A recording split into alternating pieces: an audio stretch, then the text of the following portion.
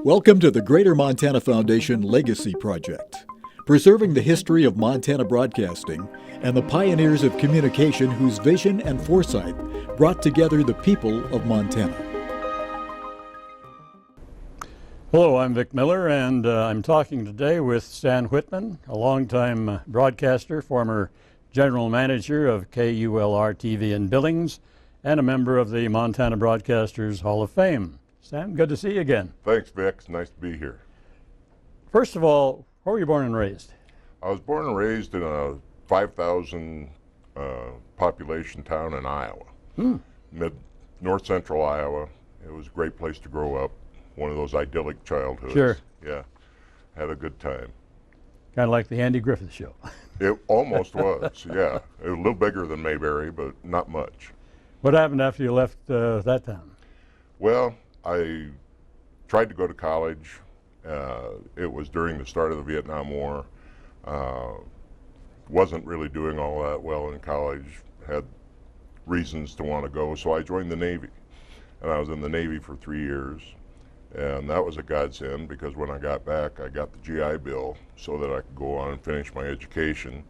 I finished 2 years at Ellsworth Junior College, and then I got my bachelor's degree from Iowa State in Ames. So that was how it all started for me. Okay, what field is your degree in? Telecommunicative arts. Oh. The Department of Speech, but the emphasis was telecommunicative arts. I got a job between my junior and senior years in high school at a local radio station, and I got the bug. I think everybody you've interviewed has gotten the bug at some time or another. And that didn't last very long because they thought I was older than I was. They thought I was in college. So that was the first time I got fired from a job.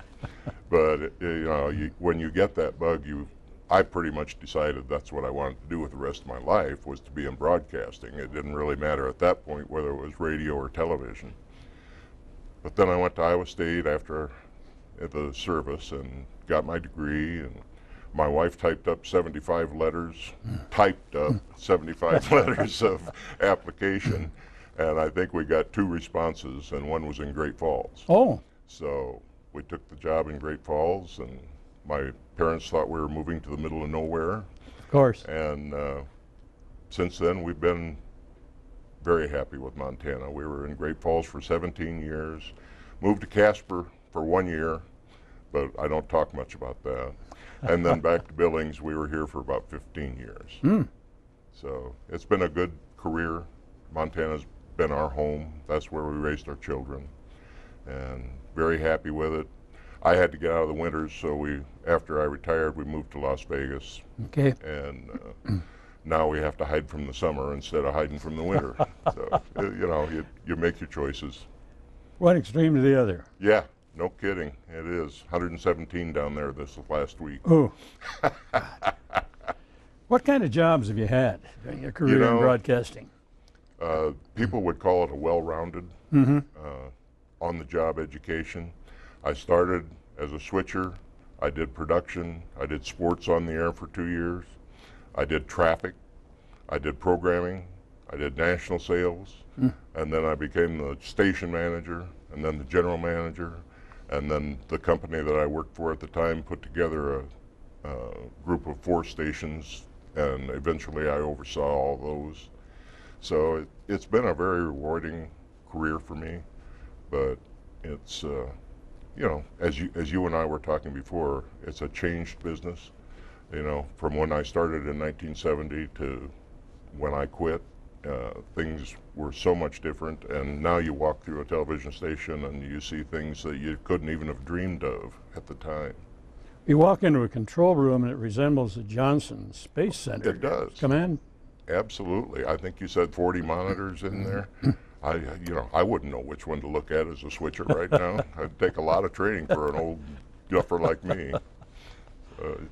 It's interesting, but I'm satisfied with what I've done. One thing about the field is along the way you meet a lot of interesting people. Some celebrities, some not celebrities. What are some of the people that kind of stand out in your mind that you've had an occasion to meet during your career? Well, I'll start with the first guy that many may or may not know, but his name was Don McClintock. He was the Oh, manager. yes. He was the manager of KFBB in Great Falls, and he was the guy that hired me. And Don, I think, was a frustrated actor. I'm not sure exactly what his demons were, but he was a character. So you move on from that to a guy like Jack Olson, who succeeded him. You know, Jack came from a rough background, and he knew where all the bodies were buried. So, you know, he was a different kind of a guy. But as far as celebrities, you know, you go to the network conventions and you meet a lot of those people, and mostly they're just there to glad hand you. Sure. You know, say hi and make you feel good and make you feel important. The ones that stand out to me are the old timers, you know, the guy that did James Arness, the guy that did Gunsmoke, Bubba Smith, a former football player one time. I met him. Actually, one of the stars that I really admired was Roone Arledge, president of ABC News and Sports. He was quite a guy. I was very impressed with him. So, you know, just a myriad of people throughout the years that you meet, you say hi, you have a short conversation. It stays longer, of course, with me than it does with them. Sure. And, you know, anytime you see them after that on the screen or even in person, you think about, you know, how hard it has to be for them to go to things like that and meet people and glad hand. And it was hard for a kid from Iowa to go up and say, could we take a picture, you know? Sure. But it was always a thrill, and occasionally my wife was with me, and occasionally a couple of my kids got to go, so, you know, those were good times.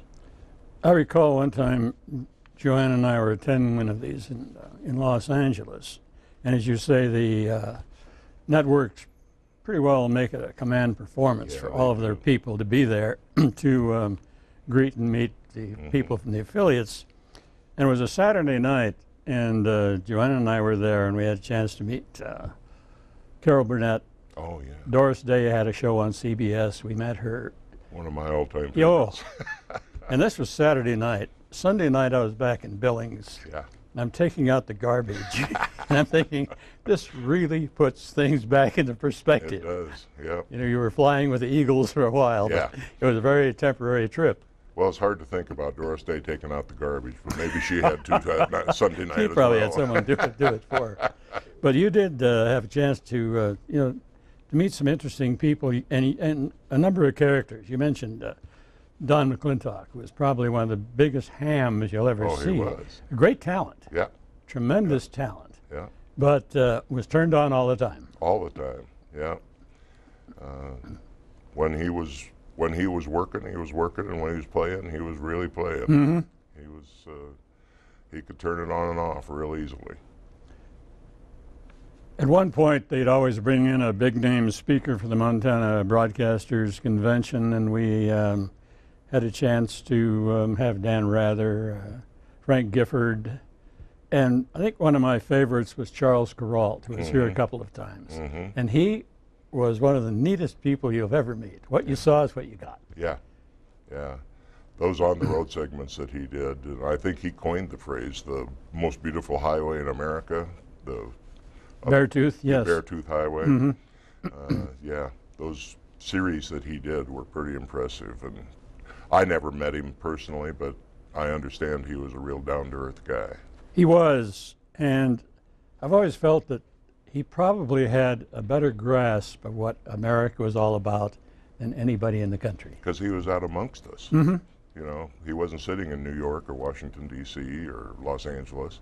He got out amongst the people. He had no bigger thrill for him than to stop at a diner someplace in Ekalaka or Jordan and shoot the breeze with the locals. That was nice. Turned out his social life was a little more interesting than some of us Yeah, realized well, at the time. But we won't go into No, that. No, but he was still a great guy, and I always admired him. And it was one of the most genuine people you'll ever hope to run across. One of the things that was brought up at a recent seminar that I attended was when someone asked, how much influence did the sales department have on the news department? Did they have the authority to kill a story that was unfavorable to their big client? Did you have a firewall between the sales department and the news department when you were managing? I think I was the firewall. Mm-hmm. You know, there were very few occasions where that came up, but they have to be separate, church and state. You know, the sales department cannot control the information that you put on your airwaves because you're responsible for that. And if you don't do something because of the pressure of getting a buy or not getting a buy, then you're not doing it right. Fair, impartial. I think you guys at Q2 use to the point, and you know, it's a great slogan because that's exactly what you have to be as a news organization. So the firewall was very active when it had to be, but most of the time they knew they couldn't intermingle and have any influence over either what we covered or who we would do stories on. So it was always, I'd call it a struggle, but I think because the rules were so black and white, I didn't get challenged very often. So that was a good thing. And it is, you know, I could appreciate the problem that the salespeople might have. Yeah, I know. But the one thing that I did insist on is if we were going to do a controversial story involving a client, that I find out before it hit the air, not afterwards, because when the phone rang and someone said, "What do you idiots think you're doing?" I wanted to know what us idiots thought we were doing. Exactly. Not only do you want to know what we're doing, but you want to know why, and you want to know if they've done the other side. You know, we had an incident in Casper once where some guy was picketing out in front of the Ford dealer because he thought he bought a lemon. And one of our people did a story on it, and I didn't find out about it until after the fact when the owner of the dealership called. Well, one guy being unhappy with a car deal is just like one of our customers being unhappy with the results they get from an advertising campaign. You know, you don't do a story on those kinds of things.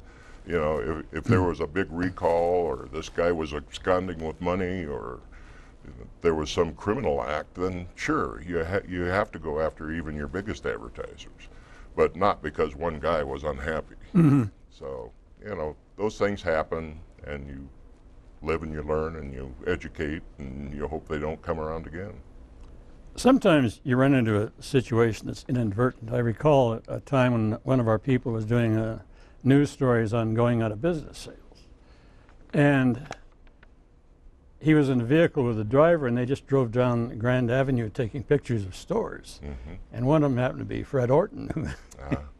And Fred was not too thrilled about having his store featured on a going out of business because people were calling in and said, "Fred, are you going out of business?" So we had to make an apology on the air, and Fred was a friend of mine, and he didn't push the thing that far. But it was just one of those things that nobody gave a thought to at the time. It was just going to be some covered footage, and didn't realize the impact it could have on somebody's business. Well, and the truth is, in markets our size, most of the people that you send out to do reports are very young, right out of school, very inquisitive, very aggressive, and you have to rein them in. That's why you hire a strong news director and have them manage their department.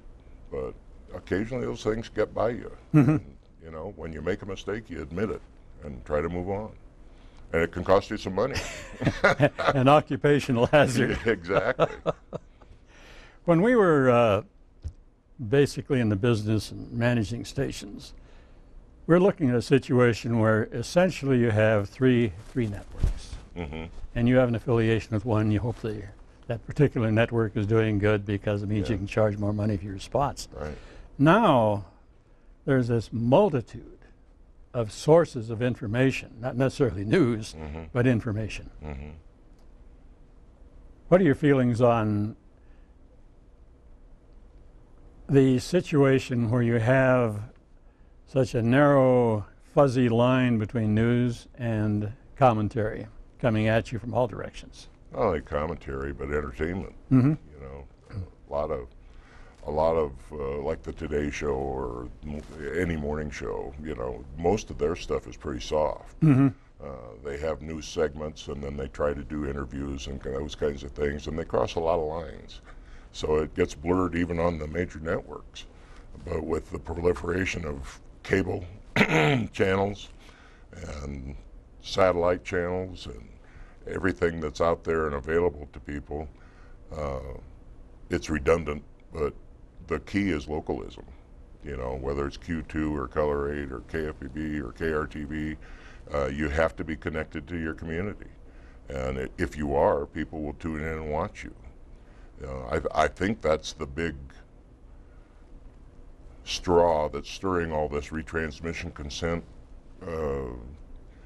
conversation these days, because we've made the cable companies realize that the biggest draw they have are the local stations that they put on their systems. And finally, they're having to pay for that right. You know, instead of paying ESPN all the money that they pay ESPN for a fraction of the audience that the commercial networks get, they finally had to admit that the local stations are worth paying for. So the business model is completely different. There are so many different sources of income, even for broadcast stations, you know, whether it's the internet or anything else that they might do, promoting special projects, those kinds of things. But the competition is formidable. And I think one of the things that I was always thankful for as a broadcast manager was that the cable companies didn't put their money into news, local news, Right. because they had deeper pockets, you know, than any one owner of a local television station. So hopefully they don't watch this and get the idea that maybe they should go into local news, because that probably wouldn't be good for us either. But, you know, the choices people have to make, most of the viewing is still done on the major networks, and I think that's a plus for us, and the kind of service we provide to our viewers and to our community, and I think it always will be. I think the audience will probably get more fractionalized, but I still think a local TV station that is involved in the community and continues to provide the news content that they do is going to survive and prosper. A lot of people don't realize that folks like Bill O'Reilly and folks over on the opposite end of the spectrum on MSNBC are not newscasters. Yeah. And this is not news. No, it isn't news. It's opinion and blatant opinion. And they couldn't survive on a broadcast network. I mean, I think the networks are biased. I agree with most of our viewers that they are. But they have to watch it very closely, because if they alienate half of their audience, they're not going to survive. So even though they may tilt one way or another, I think the commercial broadcast over-the-air networks are the ones that are probably going to give you the most unbiased version of what's going on. And I think local news departments are much more cognizant of this and are much more wary of bias than the networks are anymore. Well, I think they are, and I think they should be. I mean, they live with the people that are supporting their efforts. You know, whether it's a viewer, whether it's an advertiser, whether it's the people you work with, you know, you're in this community and you're trying to do the best job you can of informing and maybe warning and reporting both sides of a story so that people can make up their own minds. You know, I never saw it as our job to try to convince anybody one way or another. You know, all we wanted to do was put it out there and let people make up their own minds. There are some cases that are so obvious that, you know, you can't report on it without people drawing certain conclusions. But generally, you know, especially politics, those kinds of things, you just have to be neutral. And that is really hard, especially if you've got involved ownership that maybe have a bent one way or another. And so it's very hard to do that, but you just have to. Otherwise, you don't have any credibility. So I'm happy with what we have done in the past, and I don't speak for all broadcasters, but as I have traveled the state, I think our local news people do a wonderful job. Speaking of that, I noted at a seminar last week that it's always a difficult thing when one of your bright young people comes in and says, "We're leaving." Yeah. Because they've been a tremendous asset, you're going to miss them, and yet you wish them well. Yeah, you do, and that's all you can do. I always thought it was markets this size that had that problem, but so I've lived 10 years in the Las Vegas television market, and it happens there. They do their best to keep their anchors, the people that people see every day, but the reporting crews and the sports crews and the weather people, they go through them just like we do in Montana. There's always, I don't think it's unique to broadcast news people, but they always want to keep climbing. They always want to get to that bigger market. They always want to do bigger, what they consider more important stories. So anytime I had somebody come and tell me they were leaving, as long as I couldn't do anything about it, I just said, well, we've really appreciated what you've done. I hope you're successful where you're going, and thanks. You know, it's all you can do. And some of them have attained a great deal of success. Pete Williams. Pete Williams, I was just going to mention him. Yeah. He was a news director at Casper at the station I was with down there before I was there. But, you know, he's had quite a career working with NBC. And there's a lot of folks that people probably wouldn't even recognize their names, but they came from the roots were Montana broadcasters. They got their first job with somebody right out of school, spent a year and a half, 2 years learning the ropes, and without that kind of education, they wouldn't be able to move on. We had a couple of people that grew up in Billings that went on and achieved quite a bit of success. Don Oliver, who was NBC's West Coast correspondent, just recently died, and Brent Musburger. Brent Musburger, quite a guy. Yeah. You know, he must be in his 70s, and he's still calling football games and still on ESPN, and he's doing a great job. And we had a young woman named Susan Rosejan who worked for us.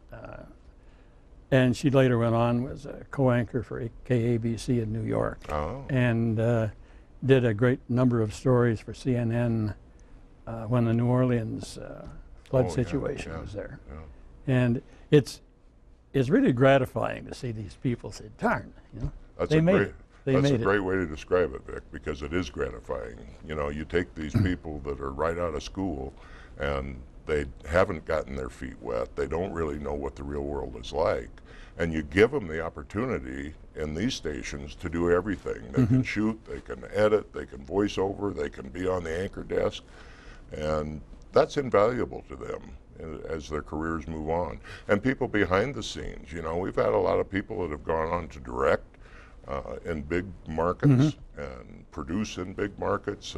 We had a news director in Austin, Minnesota that moved on. She eventually became a news director in Denver. And, you know, you just really appreciate those people, what they did for you, but really you appreciate their success. We are both sports fans and enjoy a lot of the sports activities on television. How long do you think it's going to be before we're no longer to watch things like the World Series or the Super Bowl on free television? If you want my opinion, it's going to be the next time they negotiate. Yeah. ESPN, Fox, all the people with the cable channels have just got so many more avenues of income to be able to pay for the rights for those things that I don't think the major broadcast networks could compete. They'd almost have to get together and do it as broadcast television, and I'm sure there are too many laws against that. I'm sure they will find what they are. Yeah. No, it is a shame, but we've seen this gradual eroding of things that formerly were free that now you have to pay for. Yeah, and you know, I know most of the country is either cabled or has satellite, but there is a significant amount of population out there that doesn't have access to cable, doesn't have access to satellite, and when this happens, they're going to be denied those major events, and I think it's inevitable. What do you see as we touched very briefly about the future of broadcasting, how it's going to have to evolve, and there's going to be some fragmentation. And would you recommend broadcasting as a career for young people? It probably depends on the school they go to and how honest the people that are educating them are with them. If they think that broadcasting is what it was 10, 20, 30 years ago, no, I wouldn't, because their dreams would get crushed. But if they go into it with their eyes wide open and know that that's one segment of what people are watching, and you can do a good job in broadcast just as well as you could do in cable or banking or any other occupation, as long as they understand what they're getting into. And I know that's a big bill for a young person, but if they understand what they're getting into, I think broadcasting is a wonderful business. I've enjoyed my tenure in broadcasting, and I don't know why anybody couldn't. We were talking to people in the control room that have been here 40 years, 20 years, 30 years. You know, they've found a career. So I think you can find one as long as it's something you love to do. We have a couple of minutes left. We used to get high school kids to come in and run camera. And I would tell them right off the bat, because most of them were interested in television. I said, you're going to find out pretty quick if this is really what you want to do. Mm-hmm. And you can make more money as a box boy at Buttrey's. Yep. I just don't want you to come in and see me 3 months from now and complain you're not making any money. Exactly. Because this is a great opportunity for you to find out what this whole business is all about without wasting a ton of money. Yeah. Well, that's why we always, when we hired those kids, we told them straight out they were running camera and pulling cables and doing this and that. But you have a great opportunity if you want to spend the time with the news department or even with the sales department to find out what this business is really like. So it's almost like an internship, a paid internship. And I've seen people that have loved it, and I've seen people that have hated it. But it's a good chance to find out. I agree with you. We had a young man who worked for us for years and years and years named Rick Dunn, who worked for us in high school. He said that it was a unique experience to go back to school the next day, and mentioned you'd had an opportunity to meet Spiro Agnew or Ted Kennedy, you know, wow. and it was a great chance for them. We have run out of time. I certainly appreciate the fact you stopped by and saw the light and came to the KTVQ. Well, I'm tell you the truth, I'm pleased to be here, and I appreciate the Greater Montana Foundation doing these kinds of series. And you know, it's a wonderful effort. I bet the 10 people that see it will probably appreciate it. I'm sure they will. Thanks again. Thanks, Vic. And my guest has been Stan Whitman, longtime broadcaster, general manager of KULR TV in Billings for a number of years, and was inducted into the Montana Broadcasting Hall of Fame a few years ago. Thanks for watching. This programming series is brought to you by the Greater Montana Foundation, benefiting the people of Montana through communication of issues, trends, and values of importance for present and future generations of Montanans. And by the Montana Historical Society, Big Sky, Big Land, Big History. And with the help of Cordillera Communications, with stations in Billings, Bozeman, Butte, Great Falls, Missoula, Kalispell, and Helena. Cordillera Communications, the Montana Television Network.